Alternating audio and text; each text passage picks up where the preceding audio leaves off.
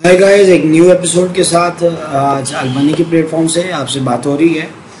आज बहुत ही important topic, हम इस बात को अंडरस्टैंड करने की कोशिश करेंगे कि हम किस तरह से बोर्ड के पेपर को अच्छे तरीके से अटेम्प्ट कर सकते हैं। अच्छा जी व्यूअर्स, बोर्ड के पेपर को अटेम्प्ट करने के लिए कुछ टैक्टिक्स होते हैं, कुछ मेथड्स होते हैं जिन्हें हम अगर फॉलो अप करें तो हम पेपर को अच्छे तरीके से फिनिश कर सकते हैं और एक अच्छा टोटल हम ले सकते हैं।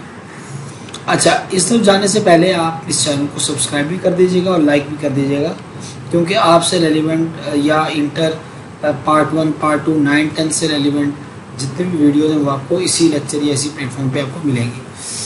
अच्छा जी, आते हैं अपने टॉपिक की तरफ। ऑलरेडी मैंने पेपर एक आपके सामने स्क्रीन पर ओपन किया हुआ है। इस पेपर को ओपन करने का मकसद आपको समझाना कि हम कैसे करेंगे।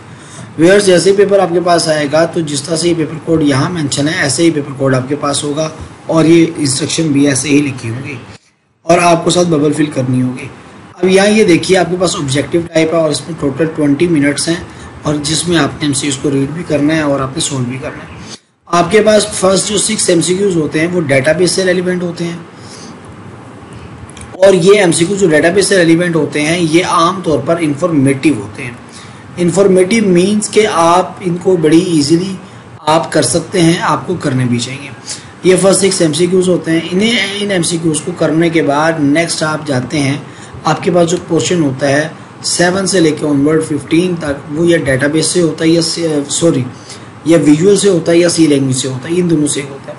अच्छा, मोस्टली स्टूडेंट्स इन एमसीक्यूज को देखते हैं और ये एमसीक्यूज उनको सिमिलर लगते हैं, लेकिन होता यह है कि डेटा विजुअल बेसिक और सी दोनों डिफरेंट लैंग्वेज हैं, तो इस लिहाज से उन्हें ये चाहिए कि वो सिर्फ सी को ही अटेम्प्ट करें।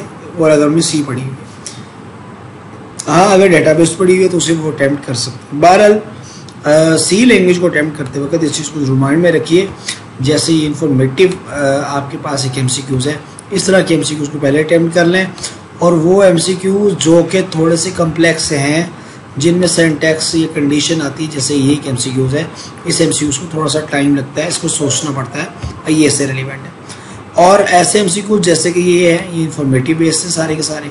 इन एमसीक्यूज को सॉल्व करने के लिए आपके पास इंफॉर्मेशन या आपकी लर्निंग स्ट्रांग होनी चाहिए। सो व्यूअर्स, ये तो हमारा एक एमसीक्यूज का क्वेश्चन था जो कि यहाँ क्लियर हुआ। उसके बाद हम अगर लॉन्ग सब्जेक्टिव पर आते हैं, सब्जेक्टिव में फर्स्ट पार्ट एमएस एक्सेस से रेलिवेंट होता है और ये एज इट इज़ होता है। और इस एमएस एक्सेस के पार्ट से हमें एनी 6 क्वेश्चंस करने होते हैं। अब ये जो 6 क्वेश्चंस होते हैं इनके 12 मार्क्स होते हैं और हमने आउट ऑफ 9 करने होते हैं। 9 में से 6 ही शॉर्ट क्वेश्चंस करने हैं। अच्छा व्यूअर्स, इसमें से आपने कोशिश ये करनी है कि आपके जो फर्स्ट 4 चैप्टर्स हैं वो आपके अच्छी तरह से होने चाहिए। जैसे ये देखिए, चैप्टर 1 ये आपके अगर फर्स्ट 4 चैप्टर्स हैं तो उनमें से 6 क्वेश्चन कवर हो जाते हैं। तो इस तरह से अगर हम इस तरह के क्वेश्चंस को चूज़ करेंगे तो हमारे लिए बेटर होगा।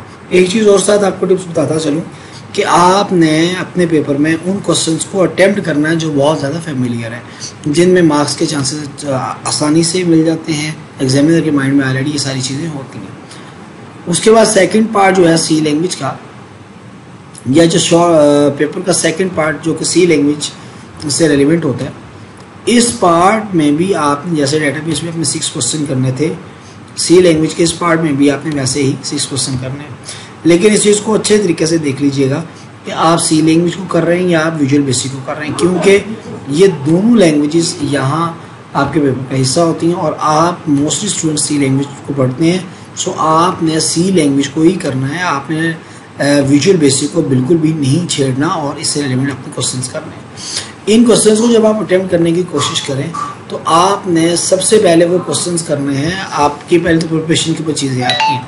अगर आप बहुत अच्छे तरीके से है तो आपको क्या करना चाहिए कि आपको सबसे पहले डिस्क्रिप्टिव क्वेश्चन पर फोकस करना चाहिए।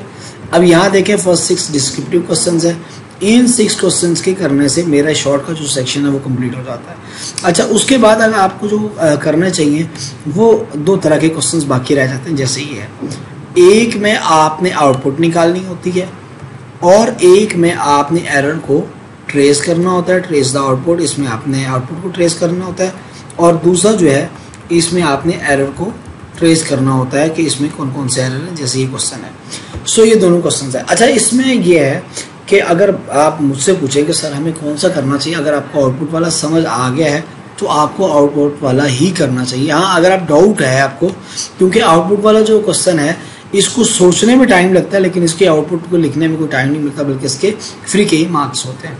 हाँ, अगर आप समझते हैं कि आउटपुट आपको अच्छे तरीके से नहीं समझ आ रही तो आप देन इस तरह के क्वेश्चन को आप एरर वाले क्वेश्चंस को आप कर सकते हैं। एरर वाले क्वेश्चंस को करने के लिए सबसे बेस्ट वे यही होता है कि आप लाइन नंबर 1 यानी कि जो फर्स्ट लाइन है इसको 1 कह दें, इसे 2 कह दें एंड सो ऑन, इसी तरह से आप लिखें तो ये बेटर अप्रोच होती है। लेकिन व्यूअर्स इस चीज़ को जरूर देखिएगा कि आपने इन क्वेश्चंस को अटेम्प्ट नहीं करना। ये सारे के सारे वीबी से रेलिवेंट हैं, विजुअल बेसिक से, क्योंकि लैंग्वेजेस दोनों हाई लेवल हैं, इसलिए दोनों में चीज़ें सेम, जैसे स्कोप ऑफ वेरिएबल है। उसके बाद नेक्स्ट हम देखते हैं हमारे पास डिक्लेयरिंग अ वेरिएबल है, इस तरह की चीज़ें मैच कर रही हैं। सो आपने इसे जो है ना वो छोड़ देना है, ये आपके पेपर का हिस्सा और ऑलरेडी और लिखा होगा। अच्छा जी, उसके बाद जो 4 क्वेश्चन है सी लैंग्वेज से होगा। अच्छा, ये वाला सेक्शन थोड़ा सा टफ होता है, उसकी रीज़न ये है कि इसमें थोड़े से प्रोग्राम की जो तादाद होती है वो थोड़ी सी ज़्यादा होती है, शायद इस वजह से ये थोड़ा डिफ़िकल्ट पार्ट होता है। लेकिन इसमें भी आपने अप्रोच ये करनी है कि सबसे ज़्यादा जो आसान क्वेश्चंस होते हैं, जिनमें जैसे आपने डिस्क्राइब करना है, सिंटैक्स बताना है या फ्लो चार्ट ड्रा करना है या इससे रिलेवेंट कोई भी क्वेश्चन है, आपने उस पर फोकस करना है। और उसके बाद फिर आप आउटपुट वाले क्वेश्चंस भी आए और देन एरर वाले को एंड पर रख लें, क्योंकि अगर आपने कोई एरर मिस कर दिया या आपको पता ना चला कि एरर है या आपको लिखना ना आया तो उसमें आपके मार्क्स डिडक्ट हो सकते हैं। अच्छा जी, अगर हम लॉन्ग क्वेश्चंस की बात करें तो लॉन्ग क्वेश्चंस में आपके पास जो लॉन्ग क्वेश्चन आना है वो चैप्टर 1 और 3 से आना है। मैं आपको हमेशा ही सजेस्ट करूँगा कि आपने चैप्टर 1 के सारे लॉन्ग तैयार कर लेने और चैप्टर 3 को बेशक आप चॉइस में छोड़ दें, क्योंकि उसमें से एक MCQs और एक शॉर्ट आना है। शॉर्ट की ऑलरेडी आपके पास चॉइस होती है और MCQs अगर आपने चैप्टर गो थ्रू किया होता है MCQs भी आपका हो सकता है, लेकिन बाहर। अच्छा, उसके बाद हमारे पास लॉन्ग क्वेश्चंस आते हैं। लॉन्ग क्वेश्चंस के लिए मैं आपको यही सजेस्ट करूंगा, आपने पहले तो सी लैंग्वेज को चूज़ करना है।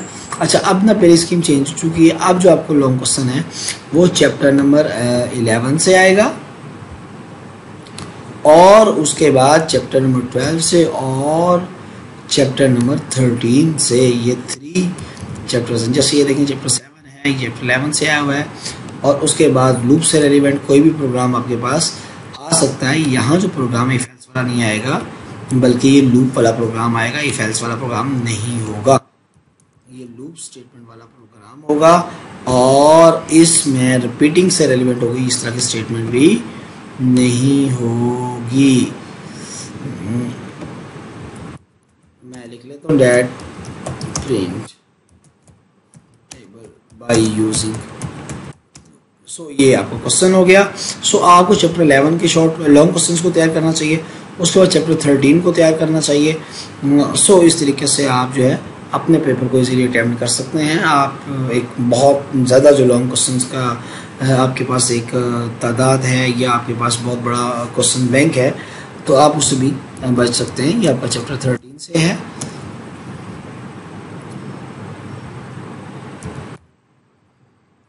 इस तरीके से आप कर सकते हैं। अच्छा जी व्यूअर्स, आज के इस लेक्चर में मैंने पूरी कोशिश ही की है कि आपको पेपर अटेम्प्ट करने का तरीका बता दूं कि आपको किन किन चीज़ों को माइंड में रखना चाहिए पेपर को अटेम्प्ट करने से पहले। एंड नेक्स्ट लेक्चर के लिए गुड बाय।